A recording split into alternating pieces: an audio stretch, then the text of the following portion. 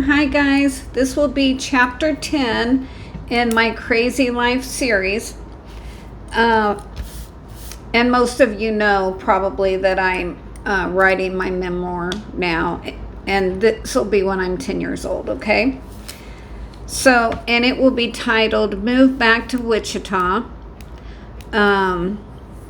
or maybe I'll put divorced, move back to Wichita, but it'll be something like that, chapter 10, okay?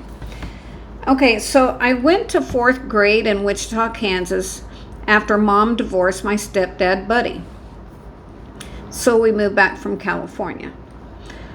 My grandma took me to get my hair cut off like she always did, but by this time I was traumatized by the child abuse that over the last few years, So I didn't tell her I wanted to keep my long hair, and she also made me go to Girl Scouts, which I hated every minute I was there. And I had to go once a week for like a year. I didn't fit in with these coddled girls, I just didn't fit in. And I had been abused. So, and these were like normal families, And their mothers were Girl Scout leaders. Ugh. So they were like spoiled, you might say, and their mothers were the leaders. So yeah, I don't know. It just wasn't my thing. I learned to keep my mouth shut and just do it as I was told. Not that my grandma would have punished me, but I wasn't about to take any chances on another beating, okay? My grandma also bought a piano for me and my brother. Well, my brother and I is probably the better way to put it, because she always wanted to play piano and thought it would be good for us, but I'm not musical and I hated it. She had this old lady come to our house to give us lessons once a week.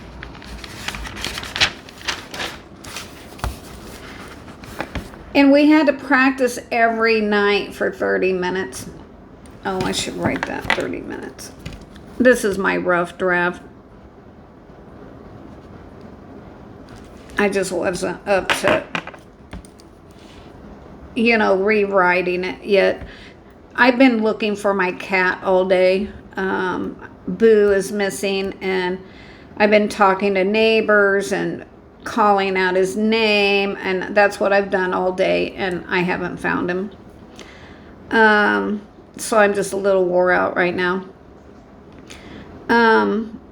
But anyway, with the practicing piano, I did not pick it up easily, as I wasn't at all interested. But I did try. I just wasn't good at it.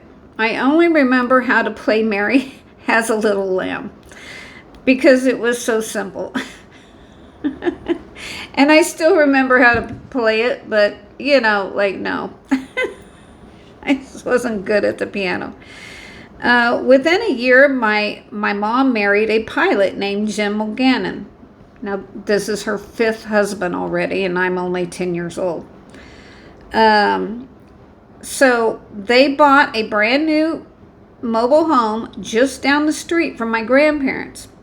It was awesome until one day my brother stayed home from school because there were really bad riots going on at Truesdale Junior High.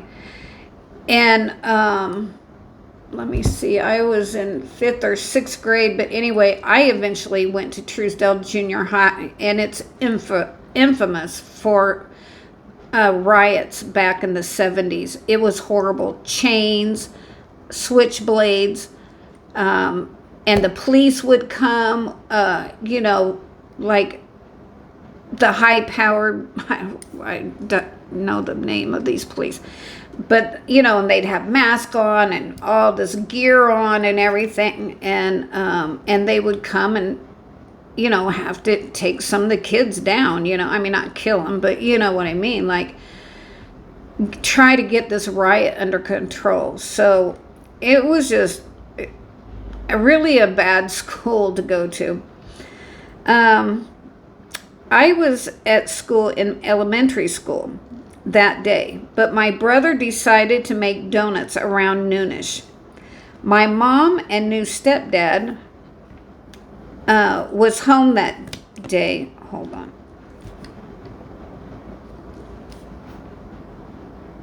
Okay. When they were on the phone with the principal in the very back bedroom. So it was their, like, not master bedroom, but they had a bedroom, and then there was a bathroom, and then there was my brother's room, and then me and my sister's room. We had a bunk bed, and then the living room, and then the kitchen. And I think it was just a single wide trailer, but it was really nice, and it was brand new. Where am I at? So they were on the phone with the principal because the principal wanted to ask my brother some questions in the very back bedroom. They called my brother back to the bedroom to talk to the principal on the phone. Well, he left the pan of grease on high and went to talk to the principal instead of taking turning it off or moving the pot or something, but he didn't. He just left it on high and went back and talked for a few minutes to the principal. And we had cedar shingles over the stove with no metal lining. And it has been for years and years. Now it's required to have a metal inside over the stove so it doesn't catch on fire. And cedar goes up like that. It burns. I think it's the fastest burning wood. So a spark flew up on the shingles, and our house burned completely to the ground in 3 minutes. 3. Oh, you know what? I forgot to add right here.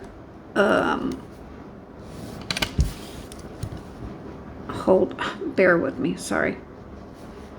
I just had a new memory.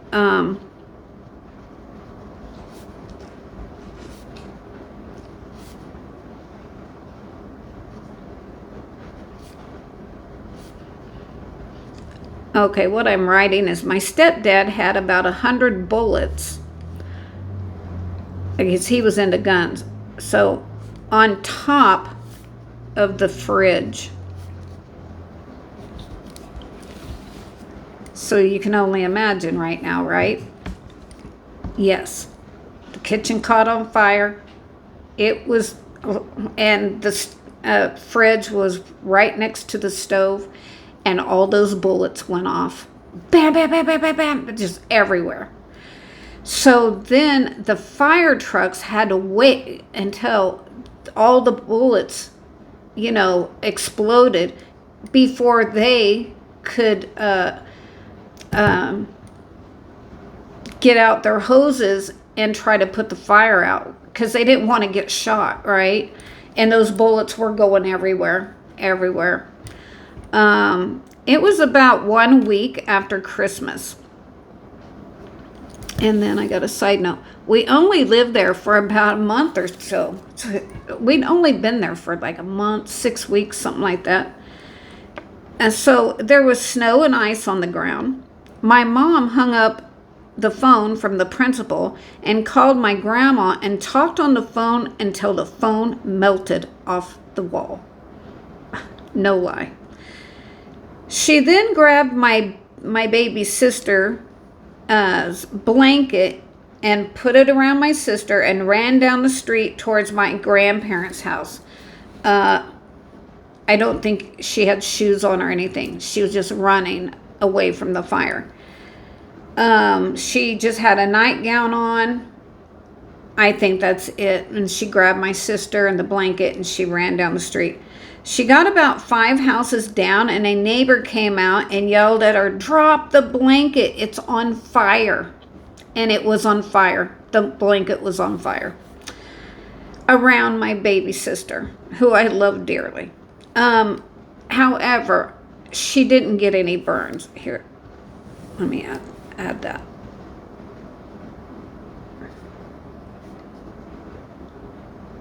Okay, because I got to rewrite this. My mom only had a nightgown on, running as fast as she could. When she got to my grandparents, and they were about maybe 10 mobile homes down from us, so they were pretty close. Like, I want to say a quarter of a block, like a city block or something. When she got to my grandparents, she called my school and told them what happened, and they came to my room, my schoolroom, and asked if I wanted to go home. Well, practical me thought, well, there's no home to go to, so guess I will stay here.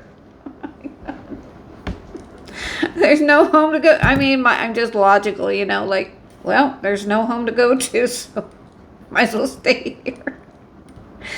Anyway, geez. Okay, so my stomach, after I said, I know I'll stay here, my stomach started rolling, like getting upset. And I have a very nervous stomach anyway. So before doctor's appointments or anything, my stomach will get upset and just nauseous, Not that I have to throw up or anything, but I just get nauseous. So my stomach started doing flip-flops, so I asked to go home. Because by then I thought about my grandparents, so I wanted to go to their house. And that was within about 30 minutes. Okay, my mom then went back to our burnt down trailer after the firemen got the fire out and crawled in bed. And of course it was burnt and wet from the fire trucks, but she was just devastated. And she went, I think she just wanted to pretend like this didn't happen. This is a nightmare. It didn't happen, but it did happen. So that was weird, but my mom was weird. So we only had the clothes on our backs. No toothbrushes, no nothing. Can you imagine right now?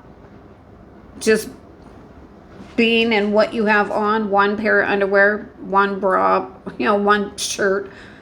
I had a pair of shoes on because I was at school, and a pair of pants. That's it. That's all I had. And, you know what? I should show you this. Hold on. Oh, I forgot to put my microphone on. Well, anyway, hold on. Oh, I think it's in the bedroom. Just a second. Or here, I could pause the video, but I'm afraid I'll mess it up. Just hang on. No. Stay there.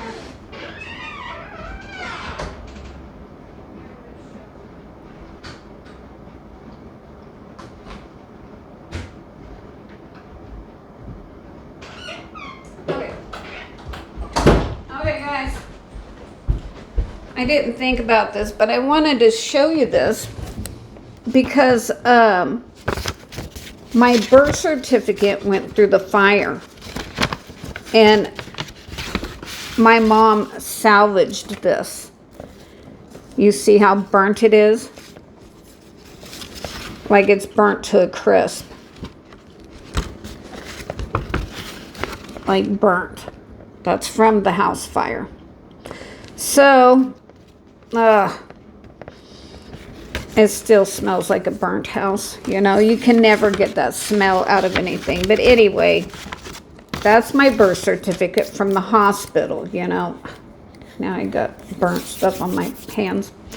Okay. Let me put this on real fast.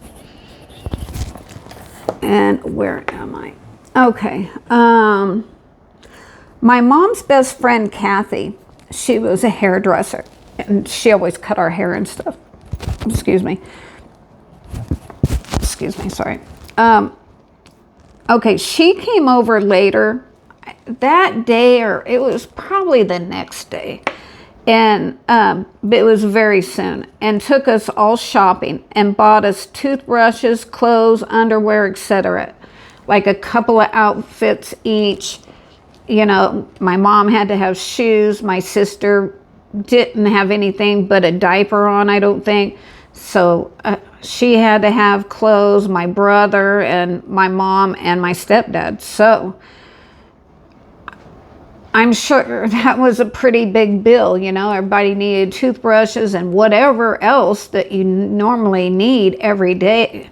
That's what she bought. I don't know how she afforded it, but she was a saint, and I never forgot how generous she was. And you know, she was friends with my mom, oh my God, their whole life, since they were like, probably early 20s, late teens, early 20s. So, my sister had a blanket we called Silky, the one that was on fire that I told you about just earlier. So we just called it Silky because it was a silky blanket. But that's the very blanket that was on fire. So while shopping, we had her close her eyes and try to find something similar. She decided on an old lady's nightgown. And that was her new Silky. It was a horrible time, and my life was about to do a 180. I got to the end of 4th grade and started 5th grade, where my new teacher held me back to 4th grade. She put me back in 4th grade because I never went to school, so I didn't know anything. You know, I didn't know math. I didn't know anything, nothing. My teachers just thought I was stupid, but I never explained I hadn't been in school since kindergarten. I just didn't want any more beatings, so kept my mouth shut. And I could show you a picture right now. This is 1968 to 69, and I was 10 years old. Of course, this was my teacher, and there I am. So see, my grandma cut my hair short again, but at least she left my bangs long, so I was happy about that. But all the kids, I remember all these kids, every single one of them in my class. They were cute. Cute little boys and girls. But anyway, so there was me, my little blue and white striped top. And this was a picture of my sister.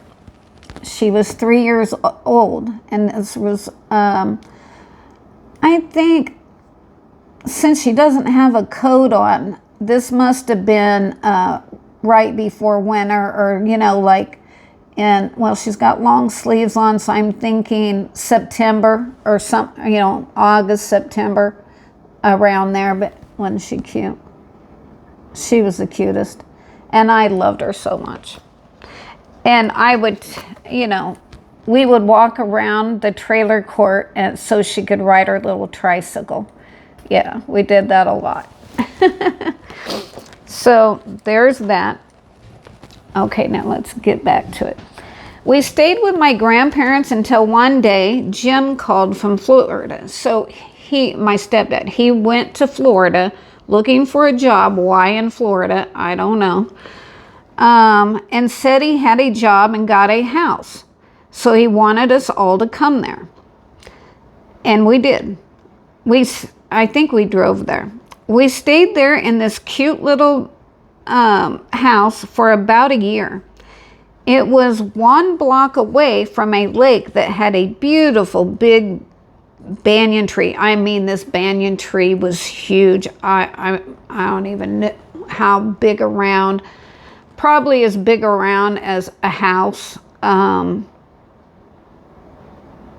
You know, like my house or something. Like, it was huge. And us kids would climb and dive off into the water. And you could climb to the very tip top. Let me add that.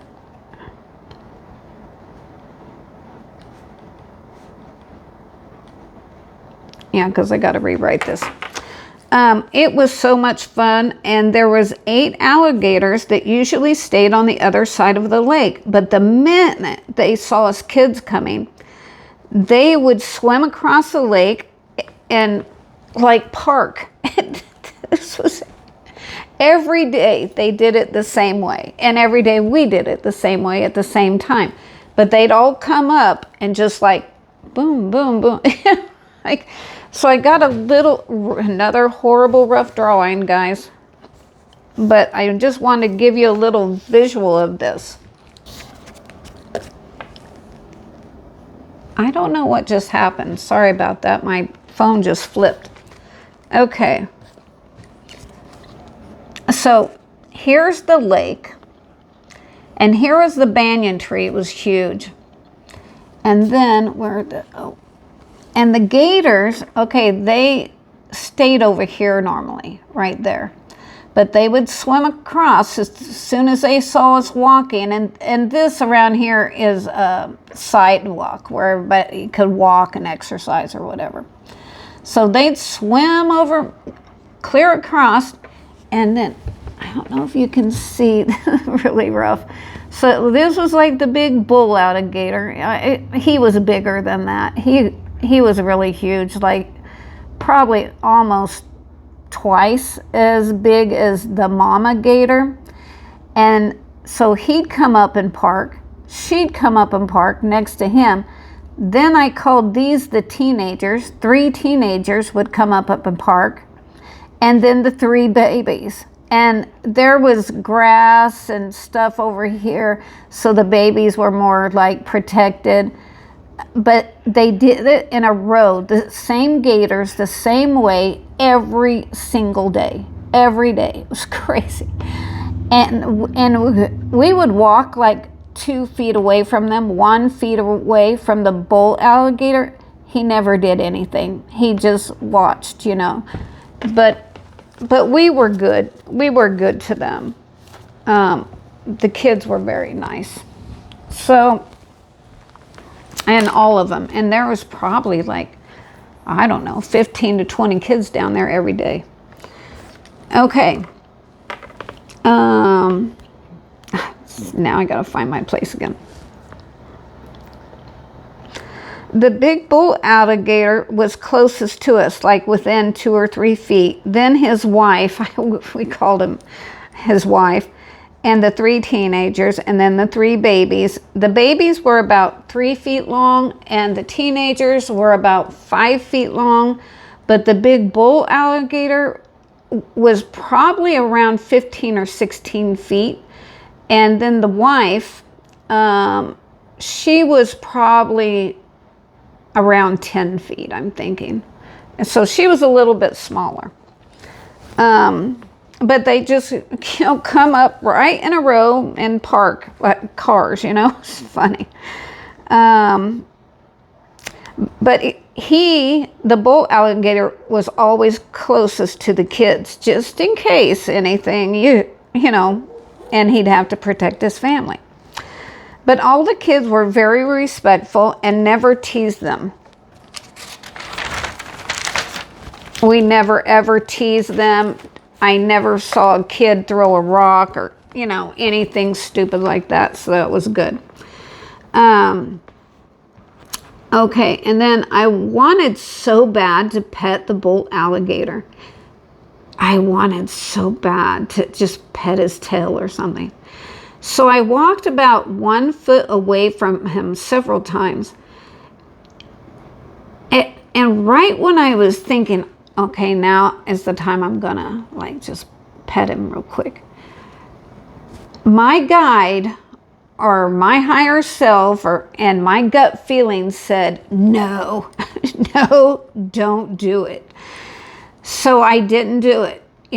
I just followed my gut. It was a good thing, because if I would have touched him and nobody ever touched him, he probably would have whipped that tail around or whipped back and bit me for protection, not for, to be mean. But anyway, it was a good thing I never did it. I was just never scared of animals, ever. And I still am not scared of animals. So the gators are the most misunderstood creatures, in my opinion. And they are gentle and super curious and love entertainment and loved us kids, and we loved them too.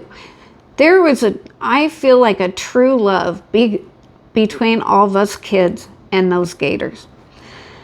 And no one was ever hurt. There's people, children walking around that lake all the time, and no one ever got hurt. And I think people would come and bring them food and bread and whatever and feed them on the other side of the lake.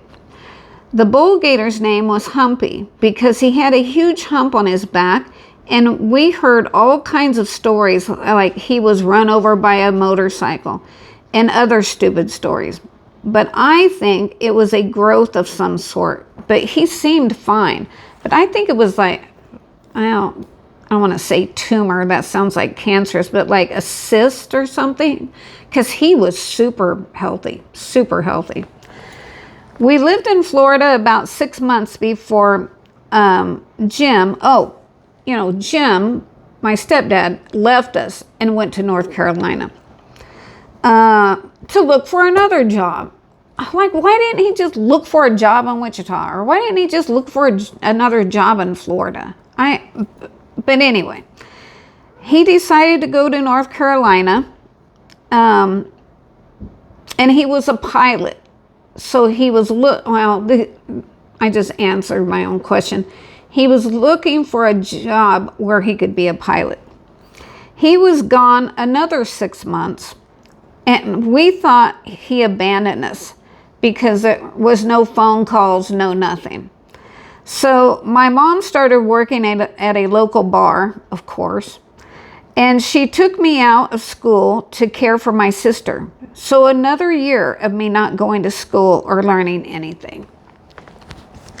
I'm 10 years old by now. I should have known math, history, science, whatever. Finally, he sent for us months later. That story will be in the next chapter, chapter 11. But anyway, guys, I hope you enjoyed this story. It was a lot packed into like 6 pages, I think I got here. But I hope you're enjoying this series, and let me know if you are, and let me know if you have any questions. And also, my email is sansiaray@yahoo.com. Sansiaray, all one word, SANSIARAY, at yahoo.com. So if you ever want to ask me questions, because YouTube is not letting me comment back to most of my subscribers or people that just comment. I'm not able to, I don't know why. I feel like I should be able to comment back on each comment. I don't even get that many comments, but only once in a while I can comment back. So if you want to talk to me personally or have questions or anything, just email me. All right. Okay, guys. I hope you enjoy your night, and I'll see you next time. All right. Okay. Bye-bye.